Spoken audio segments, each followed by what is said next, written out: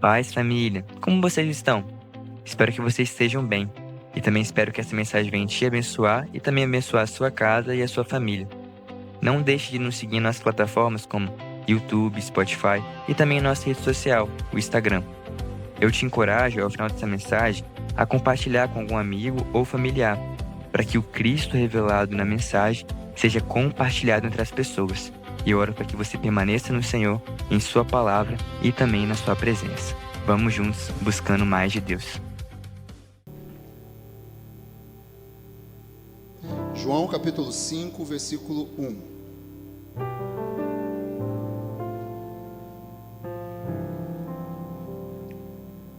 Vamos lá? Canta a canção aí, Dani. Se quiser me encontrar no meu passado, não estou lá. Se quiser me acusar dos meus pecados, Ele apagou. Mas se quiser me achar, olhe pra cruz do amor. Não sou mais quem eu era, sou quem Ele diz que eu sou. Minha história Deus já escreveu, Ele é o escritor e eu sou apenas uma carta viva de Deus. Minha história Deus já escreveu, Ele é o escritor e eu sou apenas uma carta viva de Deus. Encontraram aí, amém? João capítulo 5, versículo 1, diz assim: Algum tempo depois, Jesus subiu a Jerusalém para uma festa dos judeus. Há em Jerusalém, perto da porta das ovelhas, um tanque que em aramaico é chamado Betesda, tendo 5 entradas em volta. Ali costumava ficar grande número de pessoas doentes, inválidas, cegos, mancos e paralíticos. Eles esperavam um movimento nas águas. De vez em quando descia um anjo do Senhor e agitava as águas. O primeiro que entrasse no tanque, depois de agitadas as águas, era curado de qualquer doença que tivesse. Um dos que estavam ali era paralítico, fazia 38 anos. Quantos anos? Quando o viu deitado e soube que ele vivia naquele estado durante tanto tempo, Jesus lhe perguntou: Você quer ser curado? Disse o paralítico: Senhor, não tenho ninguém que me ajude a entrar no tanque quando a água é agitada. Enquanto estou tentando entrar, outro chega antes de mim. Então Jesus disse: Levante-se, pegue a sua maca ou a sua cama e ande. Imediatamente o homem ficou curado, pegou a maca e começou a andar. Isso aconteceu num sábado, que dia? E por essa razão os judeus disseram ao homem que havia sido curado: Hoje é sábado, não é permitido a você carregar a maca. Mas ele respondeu: O homem que me curou me disse: Pegue a sua maca e ande. Então lhe perguntaram: Quem é esse homem que mandou você pegar a maca e andar? O homem que fora curado não tinha ideia de quem ele era, pois Jesus havia desaparecido no meio da multidão. Mais tarde, Jesus o encontrou na fazendinha, na fazendinha não, aonde? encontrou ele na praia, encontrou ele aonde? E lhe disse: olhe, você está curado, não volte a pecar, para que algo pior não aconteça a você. O homem foi contar aos judeus o que fora Jesus quem tinha curado. Vamos lá, querido. Quero começar hoje essa pregação com uma história. A história de um homem que um dia ele quebrou uma perna e ele nunca tratou corretamente. O osso colou torto e ele aprendeu a andar mancando. Com o tempo, a dor virou normal. Quando o médico disse que ele poderia operar e voltar a andar, ele respondeu: eu já aprendi a viver assim. Tem gente que aprendeu a viver com a ferida. Tem gente que aprendeu a viver com abandono. Tem gente que aprendeu a viver com a culpa. Tem gente que aprendeu a viver com a paralisia. E Jesus hoje faz uma pergunta para mim e para você: você quer ser curado? A pergunta do céu hoje é: você quer ser curado? Querido, quando a gente olha antes do texto, existe um contexto.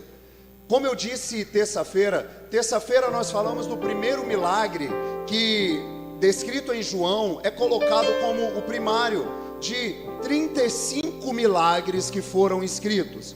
Quando nós vamos para o final de João, final do livro, vai dizer que Jesus fez tantos milagres que não se puderam escrever, mas todos os que foram escritos para que nós crescêssemos nele.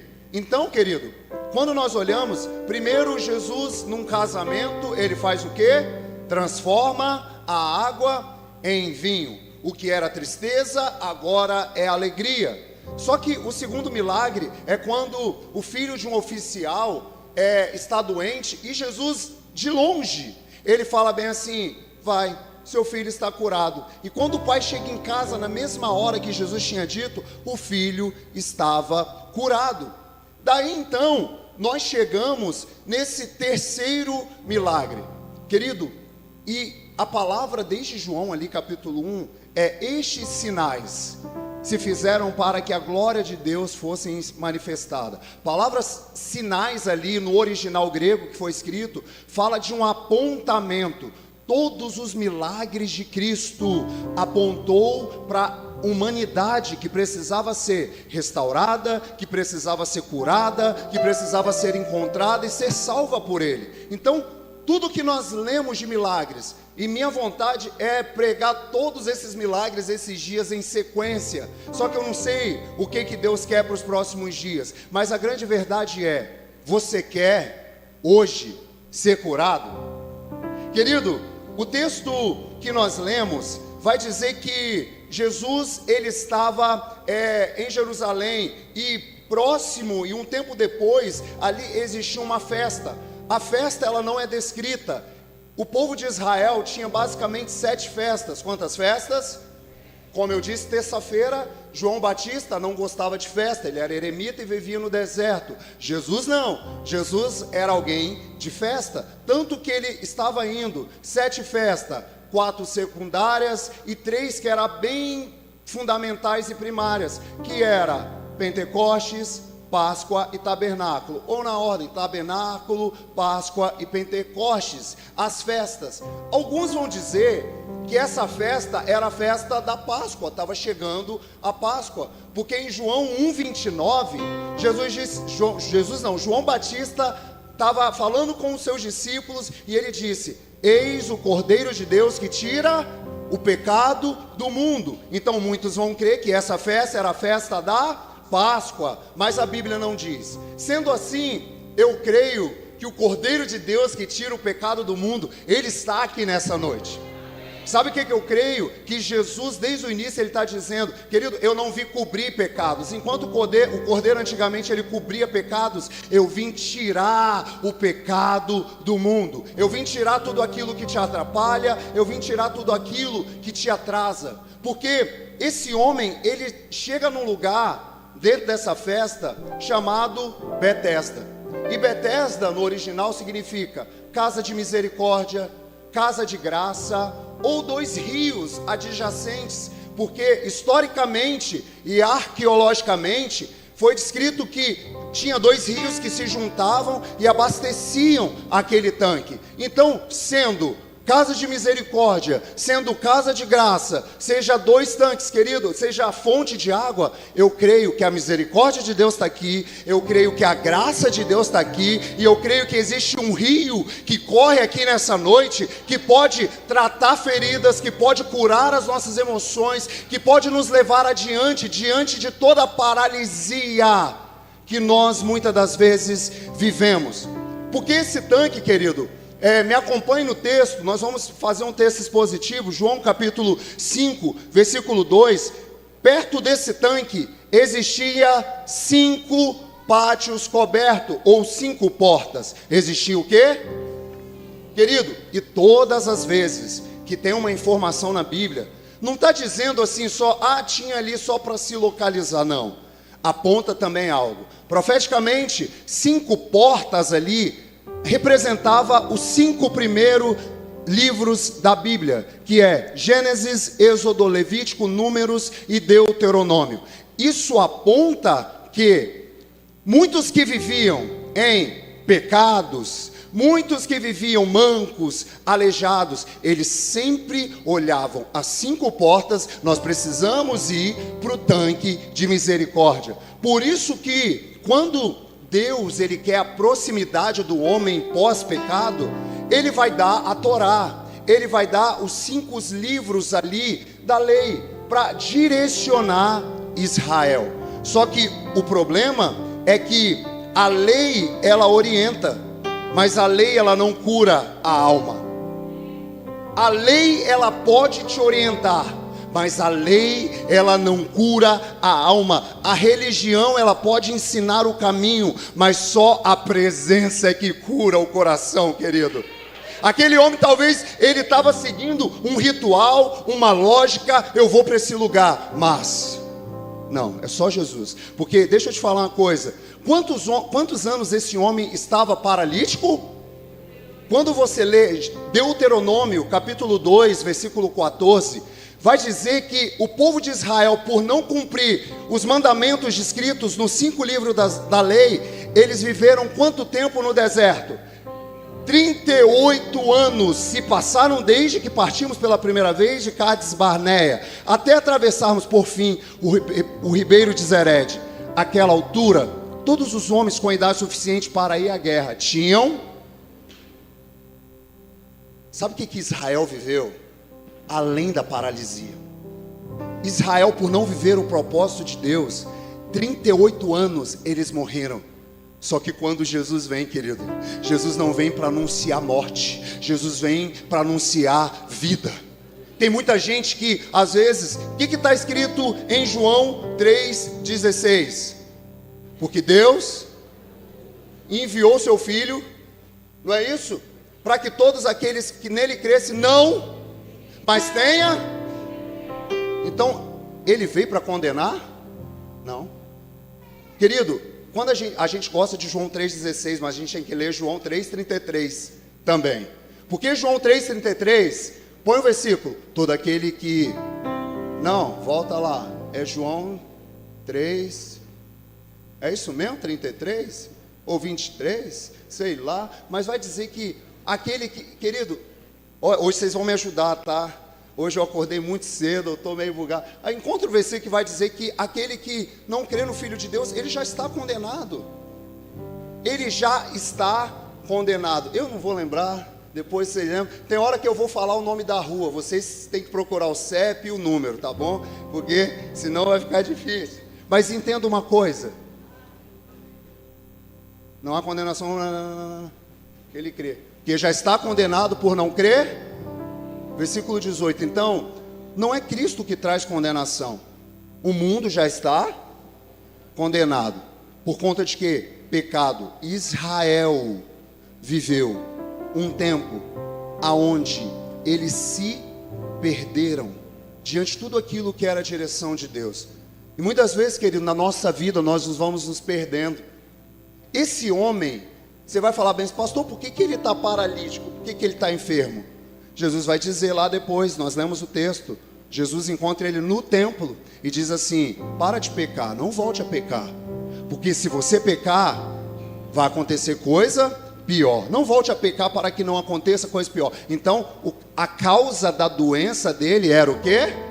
E tem gente que olha pecado às vezes só, nossa, o pecado é uma coisa feia. É feia, querido, porque o pecado que foi como a pandemia, o coronavírus, que começou em e começou a espalhar no mundo inteiro, gerando morte. Pecado é assim, mas o pecado muitas vezes ele entra de forma que a gente não percebe.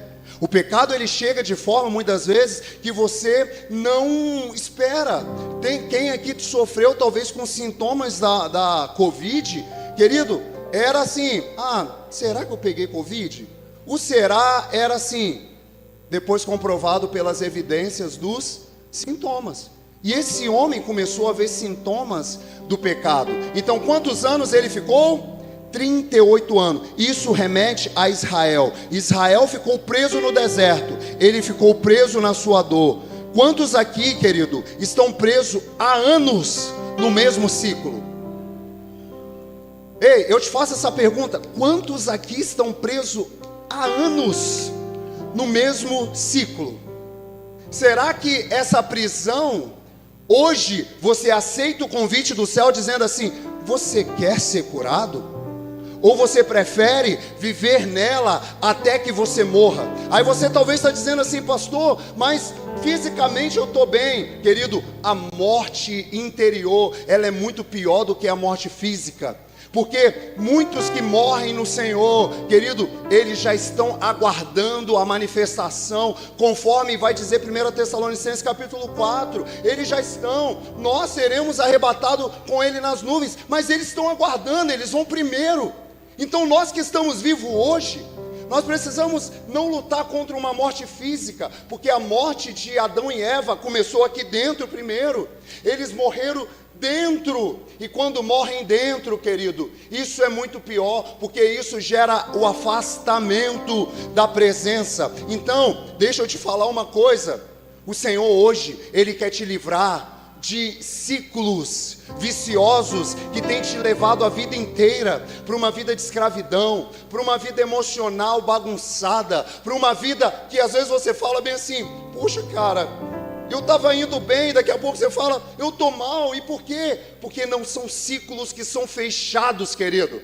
Sabe o que nós precisamos entender? Assim como as 4 estações do ano, ela tem dia e hora para terminar, nós precisamos entender que tem ciclos na nossa vida, que Deus já determinou, e Ele quer que sejam momentos que passam, querido. Ei, deixa eu declarar sobre a sua vida: tribulações, problemas, enfermidades na alma, elas não podem ser eternas na sua vida, ela precisa passar. E esse homem, quando ele chega naquele lugar, querido, imagina, eu quero que vocês pensem nisso comigo. Ele chega nesse tanque e rezava ali uma lenda, e eu vou colocar como lenda até então, porque todos os comentaristas da Bíblia, os pais da igreja, que nós chamamos como Tertuliano, os homens da patrística, pastor, que trem é esse? São os homens do século II, querido, ao século VII. Eles corroboravam num pensamento de que não existia um fato claro de que o anjo descia e movimentava as águas. Talvez, uns dizem que por uma vez aconteceu, mas muitos criaram na crença, muitos se envolveram. E querido, eu não quero aqui entrar num viés de crítica textual, eu só quero que você entenda uma coisa hoje. Se teve anjo, naquele dia não foi anjo que curou aquele homem. Aquele dia não teve a ver com tanque, aquele dia não teve a ver com água, aquele dia não teve a ver com homem. Aquele dia Jesus estava falando bem assim: se você olha para o tanque, a partir de hoje você olha para mim. Se você está esperando o anjo, você a partir de hoje vai olhar para mim. Querido, Jesus ignora o tanque, ignora a água, ignora o movimento e ele vai direto ao homem. E daqui eu já quero entrar num ponto. Sabe qual é o problema da igreja brasileira? Quer saber? Vou falar igual o pastor João, não vou falar. Você quer saber? A igreja brasileira, ela vive atrás de movimento de água. Ela vive atrás de anjo. Ó o anjo ali, ó o anjo lá, ó o anjo, ó o anjo. E um dia, Êxodo 33:15, se não me falha a memória, antes do texto, Deus vai falar: Moisés, eu não vou com vocês, eu vou mandar um. Aí Moisés fala bem assim: se não nos acompanhares pessoalmente, não nos faça sair desse lugar. E a gente está querendo anjo, querido. E a gente está querendo movimento. E a gente está querendo a igreja que revela CPF, que revela a identidade, que revela os podres, que fala tudo, que não sei o que, da igreja que entrevista demônio. A gente está querendo, né? Qual é o seu nome? Está na rua. Pastor, não acontece, querido. Mas muitas vezes a gente está atrás de movimento e esquece da presença. Hoje não é sobre um movimento que nos cura, é sobre a presença de Jesus na nossa vida, querido, que nos transforma. Terça-feira eu falava da nuvem, não, na vigília. Terça-feira eu falei um tempo atrás, na vigília eu falei de novo, porque é a palavra que tem permeado o meu coração. Sodré, olha para a nuvem, que começou lá em Êxodo, e lá em Apocalipse está dizendo que ele vem sobre as nuvens. Querido, e hoje não tem uma nuvem física para eu ficar assim: será que ela se moveu hoje? Será? Não, mas hoje tem o que? O Espírito Santo. Hoje tem um Espírito Santo que me guia na verdade. Então tem muita gente que está atrás de amuletos. Tem muita gente, como eu disse, né, esses dias, que está atrás de Arca da Aliança. Lembra da virada de ano? Que nós dissemos, e teve até alguns irmãos que falaram: pastor, você mandou chutar a arca. Eu falei: gente, vocês têm que entender o que eu disse. Eu falei que se tiver alguma igreja vendendo arquinha para vocês, dizendo assim: no final da campanha leve a Arca da Aliança. Querido, já passou isso. Já foi, amém, gente? Já foi. Aí você fala: pastor, Jeremias 3,16, estava pesquisando o texto aqui, Jeremias 3. Enquanto sua terra voltar a ficar cheia de gente, diz o Senhor, vocês não terão mais saudades da época em que tinham não sentirão falta da arca, nem se lembrarão dela, e não será necessário. E a gente está atrás de arca, a gente está atrás de um negocinho, de um movimento, e Deus já tinha dito lá atrás: acabou.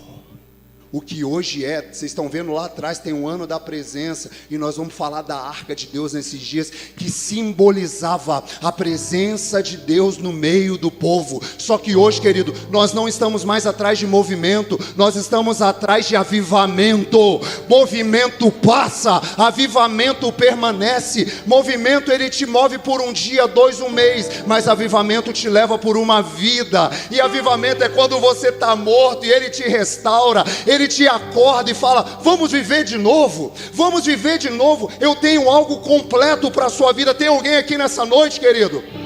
O problema é que tem muita gente, querido, às vezes atrás de um movimento. O movimento da família Alicerce é muito legal. Lá tem corrida, nossa, lá tem isso, tem aquilo, querido. Pode ser legal o que for, se não tiver Jesus não é nada. Querido, se não tiver a presença, nossa, lá Dani é tão bonitinho cantando, novo dia, querido, se não tiver a presença, é só uma voz bonita, querido. Nós não podemos nesses dias se encantar com coisas, com pessoas, com qualquer outra coisa. Nós precisamos nos envolver com Jesus, querido. Por isso que Moisés disse: se tua presença não for pessoalmente, eu não quero ir. Menor. Nos deixa ser a geração que busca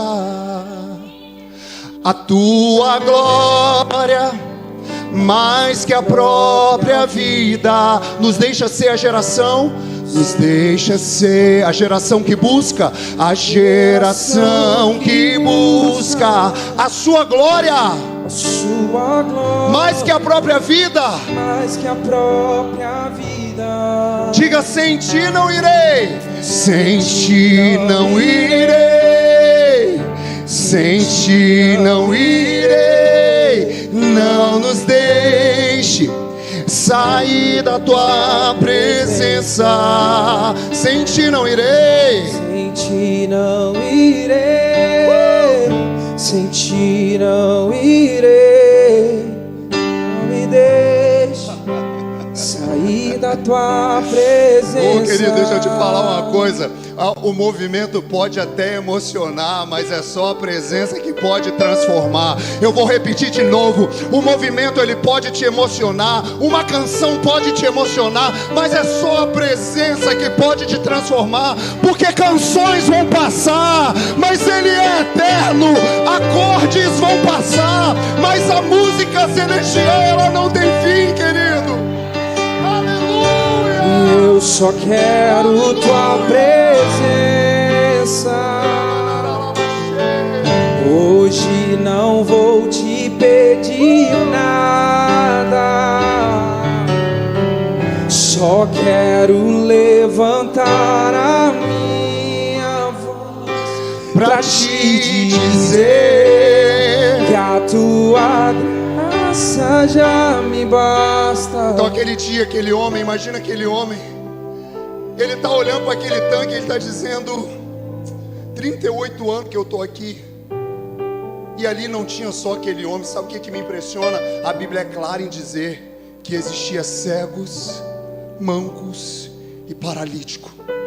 Já parou para pensar que aquilo era, o Betesda era tipo um hospital Casa de Misericórdia. Estava todo mundo ali esperando o movimento, querido. Sabe por que isso constrange o meu coração? Porque hoje existe uma responsabilidade de pregar o Evangelho de Jesus. E o Evangelho de Jesus ele não pode ser relacionado ao que nós estamos fazendo. O Evangelho de Jesus ele sempre foi poderoso, querido. Sabe por quê? No Evangelho, quando era pregado por Jesus, muitas vezes não tinha um lugar como esse, não tinha um telão para ler a Bíblia, não tinha um teclado, não tinha nada, querido, só tinha presença. E quando eu olho, por isso que há uma responsabilidade, Jesus fala: deixa tudo, você quer ser curado? Mas a pergunta revela o coração. Toda pergunta do céu vai revelar o seu coração. Jesus pergunta: você quer ser curado? O que ele responde, querido? João, capítulo 5, 7. Não consigo, Senhor. Ele disse o quê? Pois não tenho ninguém que me coloque no tanque quando as águas se agitam. Percebe que ali primeiro tem um ponto, querido. Eu olho para aquele homem, querido, hoje, quando eu li essa palavra, Deus me fez viajar, e isso aqui é uma liberdade que a gente tem, às vezes, de viajar e conjecturar. Mas eu queria que a Bíblia tivesse um play para a gente assistir um vídeo. Eu queria que naquela época já existisse o celular para a gente olhar e ver qual é a realidade do que aconteceu. Porque aquele homem não está só dizendo assim: não consigo, Senhor. Ele está dizendo assim: eu passei 38 anos na mesma situação e eu não tenho ninguém. Não tem um tipo de pessoa que vive abandono, solidão. E outra, querido, pessoas que vivem a autossuficiência por causa da decepção. Pessoas que eu não tenho ninguém, eu não dependo de ninguém, não tem ninguém mesmo, então eu ajo por mim mesmo. E por agir por si mesma, ela pode estar bem fisicamente por fora, mas ela é manca por dentro. Ela é paralítica, porque ela vive por si só, ela não vive diante daquilo que Deus está te dizendo, está dizendo para ela. E esse homem nesse dia, ele revela uma ferida que existia dentro dele. Primeiro ele diz: não consigo. Eu imagino Jesus olhando, porque a pergunta de Jesus é: você quer ser curado? Coloca o versículo 40 para mim. O versículo 40 revela, desse mesmo texto: no entanto, vocês se recusaram a vir a mim para receber essa vida. Sabe que por isso que eu falei que todos os sinais eles representam uma vida posterior a ela que Deus queria curar. Jesus estava dizendo, Jesus estava dizendo: no entanto, vocês recusam a vir a mim e receber a vida. Volta para o texto 5:7. Esse homem ele diz o quê? Não consigo. Querido, existem 3 formas de uma pessoa se achegar a Deus. A primeira dela é quando você vai até a Deus. Como a mulher do fluxo de sangue. Ela disse assim: se eu apenas tocar na orla, eu vou. E ela foi. Mas a segunda forma é quando alguém te leva até a Deus.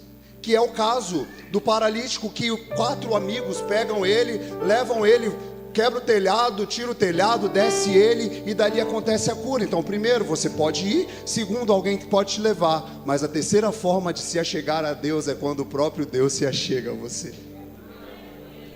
Nesse dia, Jesus estava dizendo assim: se eu não consigo, eu quero te revelar algo. Você não está aqui porque você veio até mim. Você não está aqui, eu não estou aqui porque alguém te trouxe até mim. Você hoje recebe a cura porque eu vim até você. Sabe, querido, hoje Jesus ele veio até você.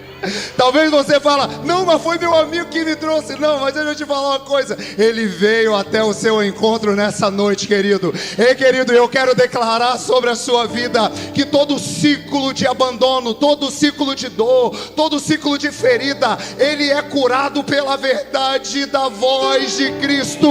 Basta uma palavra para que sejamos curados, querido.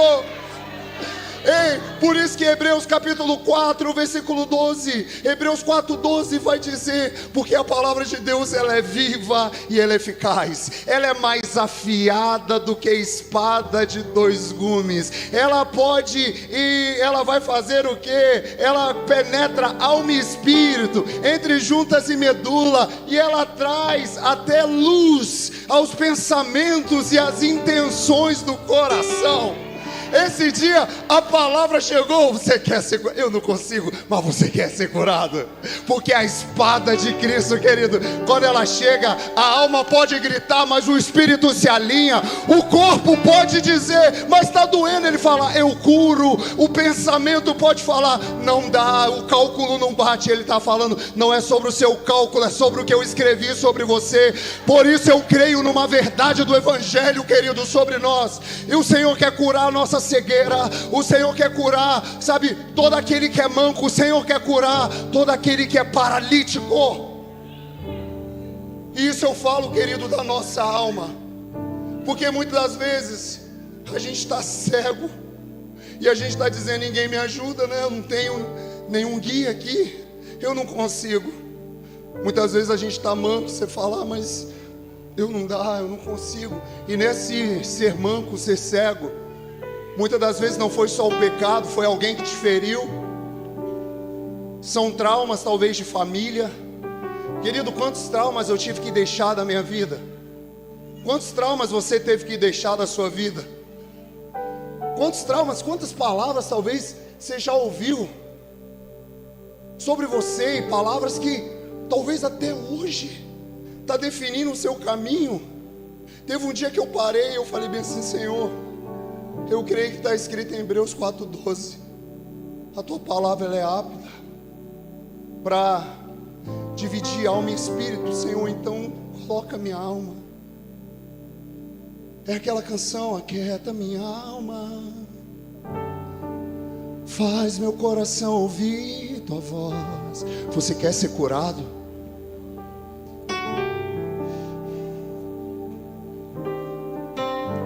Me chama pra perto, só assim eu não me sinto só.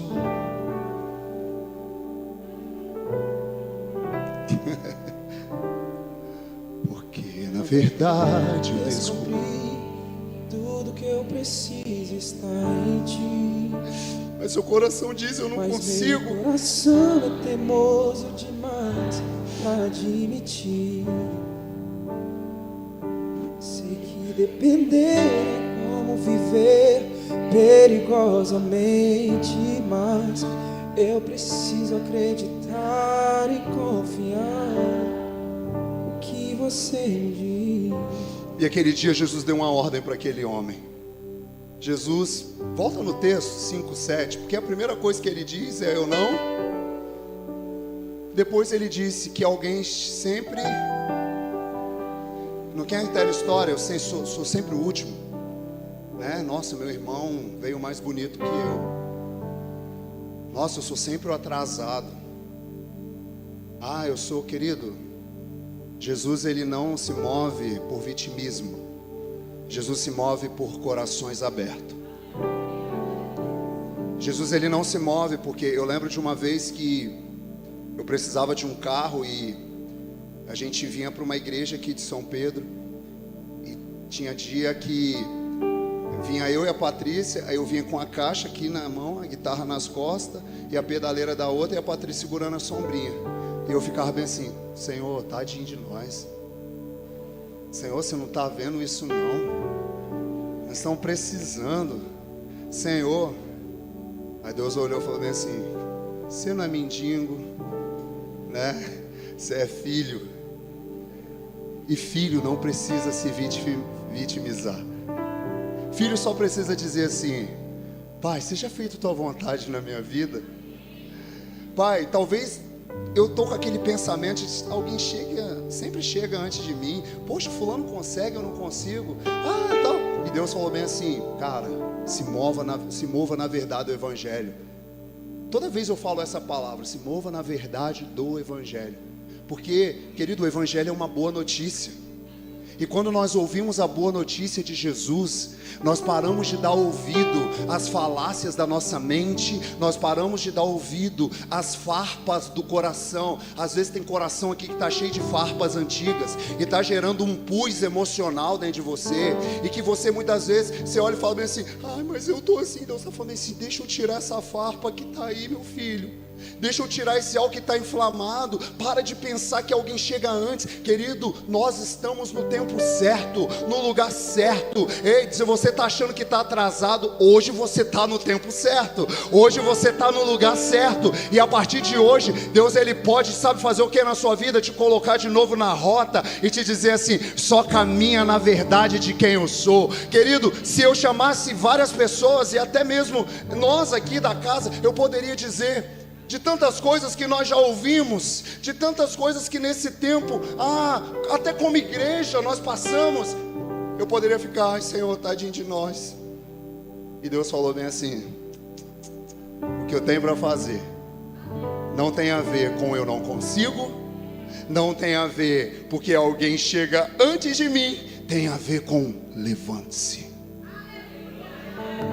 Levante-se. A ordem do céu para você hoje é: Jesus não precisou pregar para aquele homem, Jesus não precisou apontar o dedo e dizer: seu pecador, você está assim por causa disso. Jesus só falou bem assim: levanta, cara, levanta daí, mulher, levanta daí, homem, e vem viver o propósito comigo. Porque, querido, ao mesmo tempo que existe a classe do movimento, né, do chu, né, e do que vê anjo que roda, e querido, eu não estou falando contra, porque movimento, ele pode fazer parte de um tempo de Deus, mas como eu disse, ele não pode ser eterno, porque o avivamento do céu precisa ser maior em nós. Mas o que eu estou te falando é que muitas vezes a gente está envolvido só em coisas, pessoas caem no chão, sai da igreja, o que aconteceu? Nada. Não é sobre Deus, não é sobre você cair. Avivamento não é quando pessoas caem, avivamento é quando pessoas se levantam. Você pode até cair no chão, sim, um dia cheio da glória de Deus. Você pode até, como João, ver a glória de Deus e às vezes cair como morto. Querido, às vezes eu estou tão assim: Senhor, eu não consigo, eu ajoelho. Tem hora que eu deito no chão, mas eu entendo que não é isso que me movimenta e que me leva à verdade. O que me movimenta é continuar olhando para Ele. Então, guarde isso: movimentos passam, mas avivamento é eterno. Mas existia uma outra vibe. Qual era, pastor? Os religiosos. Porque enquanto tem o chu, tem o lei.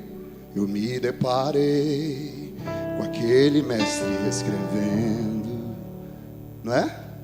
Dedos no chão, ouvindo os fariseus ali.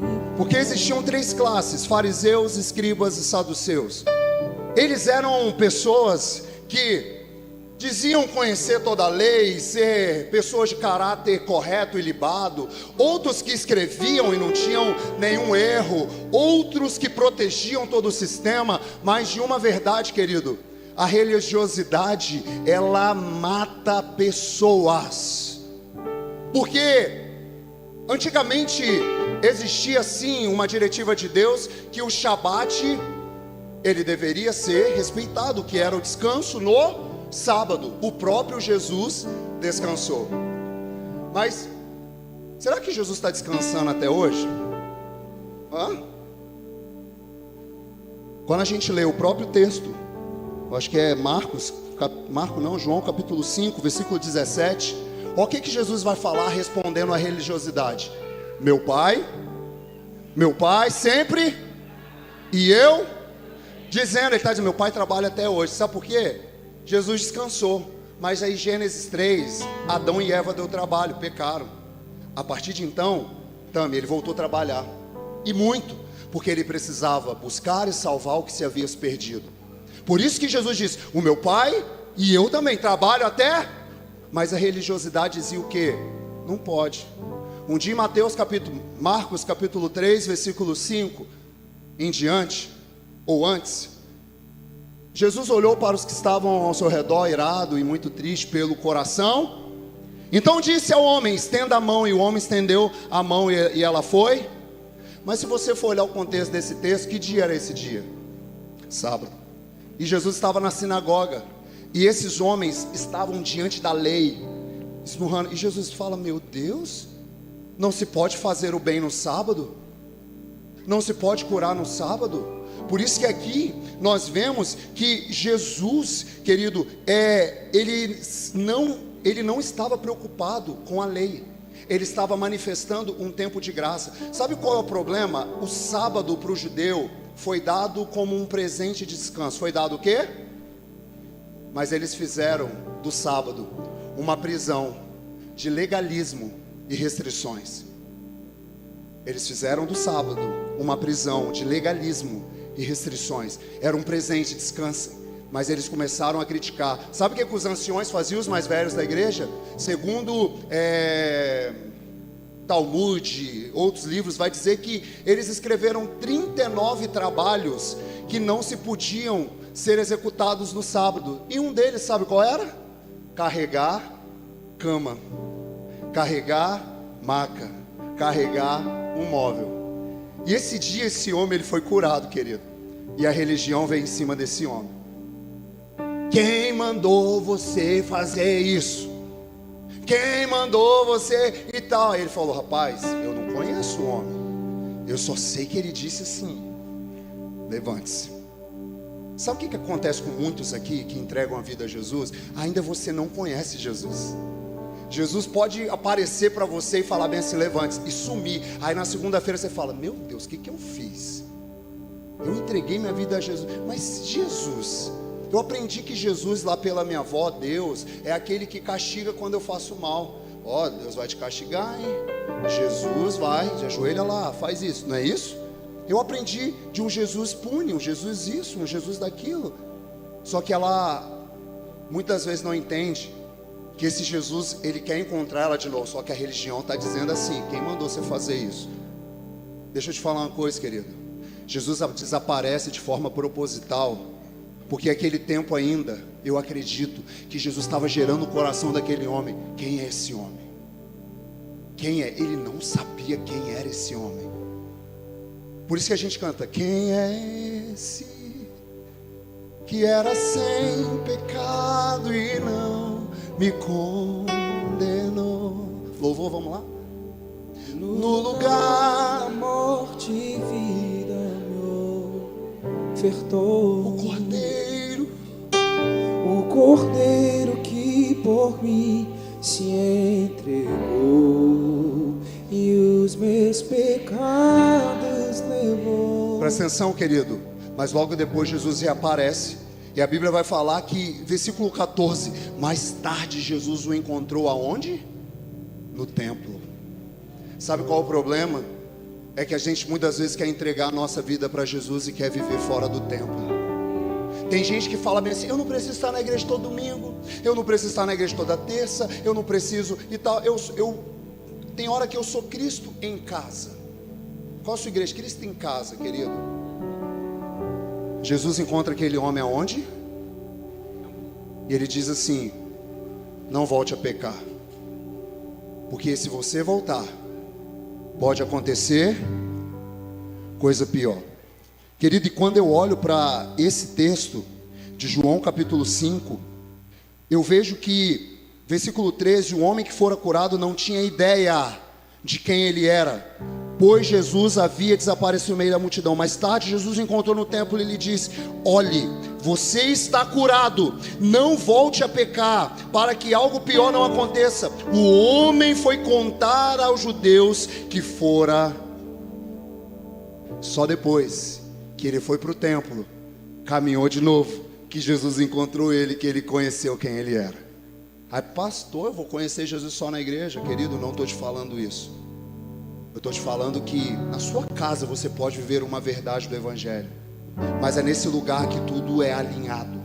É nesse ambiente que o Senhor ele vai trazendo confirmações daquilo que a gente vai vivendo, daquilo que a gente vai declarando. E Jesus aquele dia encontrou aquele homem, e eu imagino agora ele olhando para os judeus: agora eu sei quem ele é, cara. Eu não sabia. Tem muitos comentaristas que vai dizer que esse cara foi meio que um X9, né? Agora eu sei, porque a partir daí Jesus começou a ser perseguido. Por isso que Jesus disse: para de me perseguir, cara, meu pai trabalha até hoje. Só que, querido, eu acredito numa verdade: esse homem agora conhece o verdadeiro Jesus. Não o que a religião disse: você não pode, você não pode. Esses dias, quem tem se convertido na casa, o que eu tenho que fazer, pastor? Só caminha, querido. Seja um discípulo, né? Vou seguir. Quarto, surge Jesus, vou levar.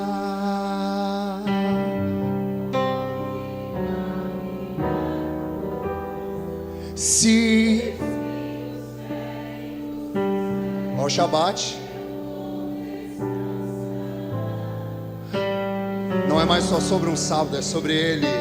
Eu vou seguir aonde, querido? Aonde? Os passos de Jesus Eu vou levar comigo a minha cruz. Se esperei os meus pés, e eu vou descansar.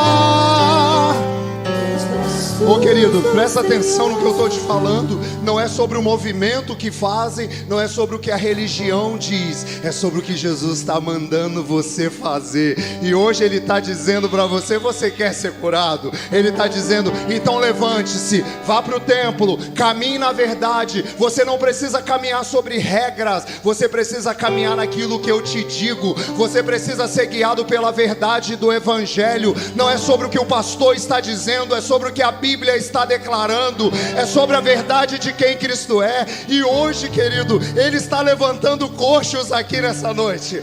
Pelos olhos da fé eu vejo o Senhor abrindo os olhos aqui nessa noite, querido.